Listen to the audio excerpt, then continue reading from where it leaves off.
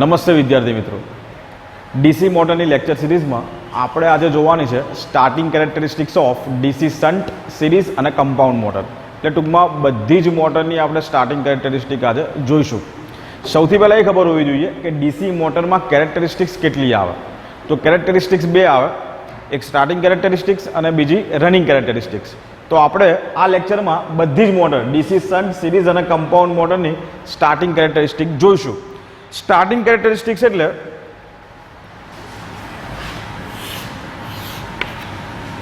મોટરનો torque આપણે Y axis ઉપર મૂકીએ અને મોટરનો આર્મેચર કરંટ આપણે એક્સ એક્સિસ ઉપર મૂકીએ તો એ બંને વચ્ચેનો જે ગ્રાફ આવે એને સ્ટાર્ટિંગ કેરેક્ટરિસ્ટિક્સ કહેવાય. ઓકે, એટલે ટૂંકમાં ટોર્ક વર્સિસ આઈએ એને આપણે સ્ટાર્ટિંગ કેરેક્ટરિસ્ટિક્સ કહીએ છીએ. ઓકે, તો સૌથી પહેલાં આપણે જોઈશું શન્ટ મોટરની સ્ટાર્ટિંગ કેરેક્ટરિસ્ટિક્સ.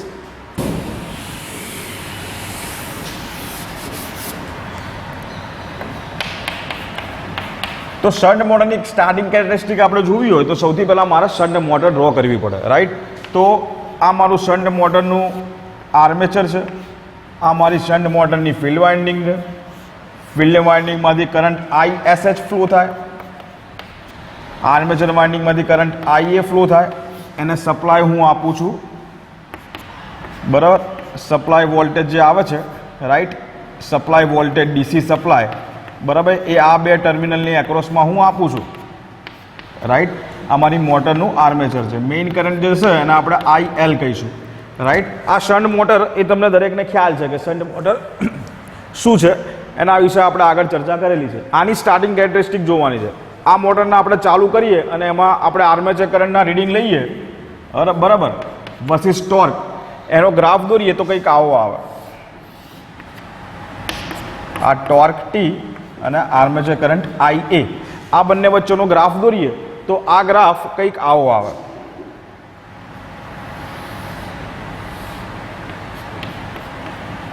બરાબર.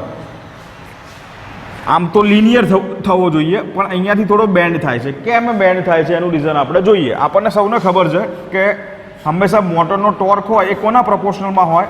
ફ્લક્સ ફાઈ અને આર્મેચર કરંટ IA, આ બેના પ્રપોર્શનલમાં હોય, બરાબર. તો આઈડિયલી શન્ટ મોટરમાં કેવું હોય કે શન્ટ ફિલ્ડ વાઇન્ડિંગનો કરંટ કોન્સ્ટન્ટ રહે. શન્ટ ફિલ્ડ વાઇન્ડિંગમાં જો કોન્સ્ટન્ટ કરંટ રહે તો શન્ટ ફિલ્ડ વાઇન્ડિંગનો ફ્લક્સ પણ કેવો રહેવો જોઈએ?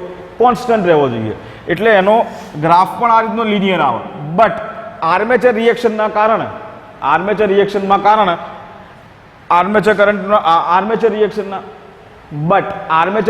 કારણે ફ્લક્સમાં થોડો ઘટાડો થાય છે. અને ફ્લક્સમાં જે ઘટાડો થાય છે, રાઈટ, એના કારણે આ ગ્રાફ અહીંયાથી થોડો બેન્ડ થાય છે, રાઈટ.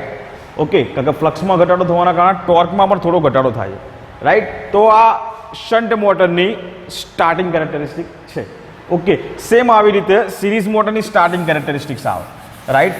એક સિરીઝ મોટર ડ્રો કરીએ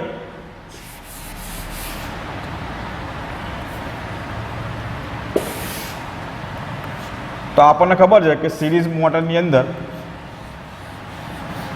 આ રીતનું આવે, બરાબર. સિરીઝ વાઇન્ડિંગ અહીંયાથી આવે, રાઈટ.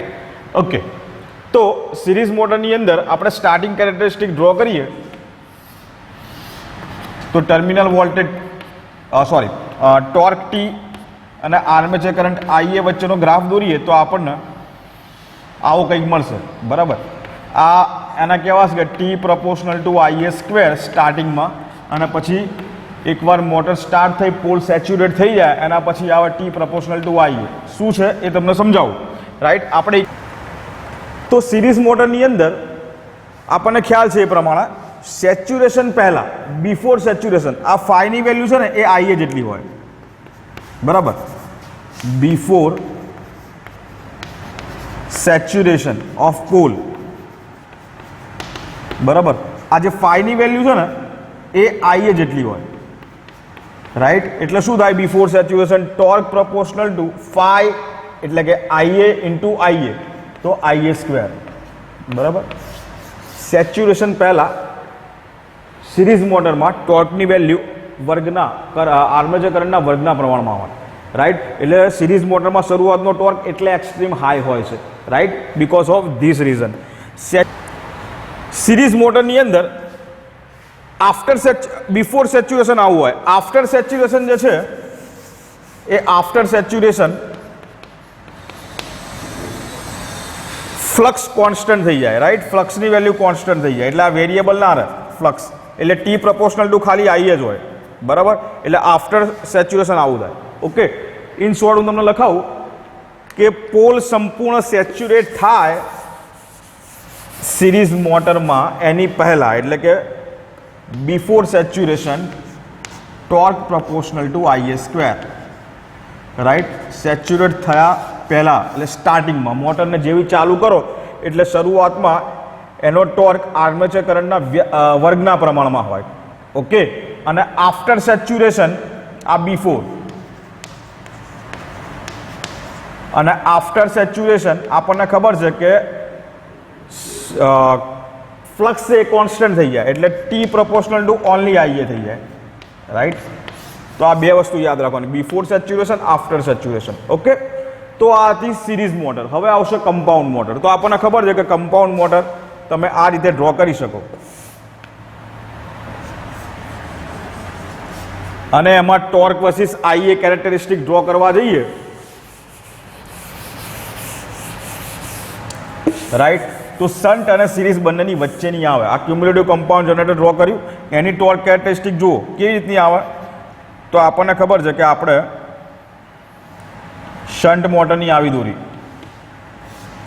સિરીઝ મોટરની મેં શન્ટ મોટરની આપણે કેરેક્ટરિસ્ટિક આવી હતી, સિરીઝની કેરેક્ટરિસ્ટિક્સ આવી હતી, રાઈટ. તો આ બંનેની વચ્ચેની કેરેક્ટરિસ્ટિક ક્યુમ્યુલેટિવ કમ્પાઉન્ડ મોટરની આવે, રાઈટ. શન્ટ મોટરની સ્ટાર્ટિંગ કેરેક્ટરિસ્ટિક્સ, સિરીઝ મોટરની સ્ટાર્ટિંગ કેરેક્ટરિસ્ટિક્સ, અને એ બંનેની વચ્ચે ક્યુમ્યુલેટિવ કમ્પાઉન્ડ મોટરની સ્ટાર્ટિંગ કેરેક્ટરિસ્ટિક આવે, રાઈટ. એના પછી છે ડિફરન્શિયલ કમ્પાઉન્ડ મોટર, રાઈટ. તો ડિફરન્શિયલ કમ્પાઉન્ડ મોટર આપણને ખબર છે, મેં તમને બધા અલગ અલગ પ્રકારના જનરેટર ભણાવ્યા હતા. એમાં કીધું હતું કે ડિફરન્શિયલ કરવું હોય તો કનેક્શન ઉલટાઈ દેવાના. આ મેં કનેક્શન ઉલટાયા, જુઓ ધ્યાનથી, બરાબર. હવે આ ડિફરન્શિયલ કમ્પાઉન્ડ મોટર થઈ ગઈ. ડિફરન્શિયલ કમ્પાઉન્ડ મોટરમાં તમારે સિમ્પલ યાદ રાખવાનું કે જેમ આર્મેચર કરંટ વધે એમ ટોર્કમાં ઘટાડો થાય, જેમ આર્મેચર કરંટ વધે એમ ટોર્કમાં ઘટાડો થાય, રાઈટ. તો આ ચારે ચાર પ્રકારના મોટરની સ્ટાર્ટિંગ કેરેક્ટરિસ્ટિક્સ હતી, રાઈટ. તમારે એકદમ ઇઝી પડે સમજવામાં, એના માટે હું શું કરીશ, અત્યારે એક જ ફિગરની અંદર ચારે ચાર કેરેક્ટરિસ્ટિક ડ્રો કરી નાખીશ, રાઈટ. તો જુઓ, ચારે ચાર motor shunt, series, cumulative compound, differential compound, ચારે ચાર મોટરની સ્ટાર્ટિંગ કેરેક્ટરિસ્ટિક ડ્રો કરું છું. હંમેશા સ્ટાર્ટિંગ કેરેક્ટરિસ્ટિકમાં વાય એક્સિસ ઉપર શું આવશે, ટોર્ક ટી. એક્સ એક્સિસ ઉપર શું આવશે, આર્મેચર કરંટ આઈએ. ઓકે, તો શન્ટ મોટરની સ્ટાર્ટિંગ કેરેક્ટરિસ્ટિક આપણે જોઈ લગભગ લિનિયર આવે છે, રાઈટ. આ શન્ટ મોટરની સ્ટાર્ટિંગ કેરેક્ટરિસ્ટિક. સિરીઝ મોટરની સ્ટાર્ટિંગ કેરેક્ટરિસ્ટિક આપણે જોઈ આ રીતની આવે છે, બરાબર. ટી પ્રપોર્શનલ ટુ આઈએ સ્ક્વેર શરૂઆતમાં અને ટી પ્રપોર્શનલ ટુ આઈએ રનિંગ વખતે, બરાબર, પછીથી. તો આ શન્ટ મોટરની સ્ટાર્ટિંગ કેરેક્ટરિસ્ટિક્સ, આ સિરીઝ મોટરની સ્ટાર્ટિંગ કેરેક્ટરિસ્ટિક્સ, આ બંનેની વચ્ચે આવશે કમ્પાઉન્ડ મોટરની સ્ટાર્ટિંગ કેરેક્ટરિસ્ટિક્સ. એટલે કયો compound, cumulative compound,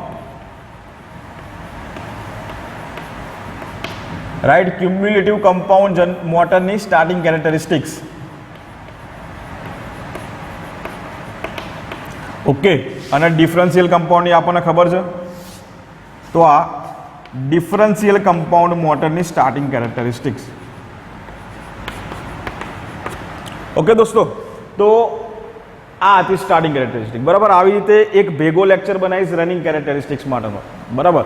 DC shunt motor, series motor, cumulative compound motor અને ડિફરન્શિયલ કમ્પાઉન્ડ મોટર, ચારે ચાર મોટરની રનિંગ કેરેક્ટરિસ્ટિક્સ આપણે આ રીતે એક જ લેક્ચરમાં જોઈશું, રાઈટ.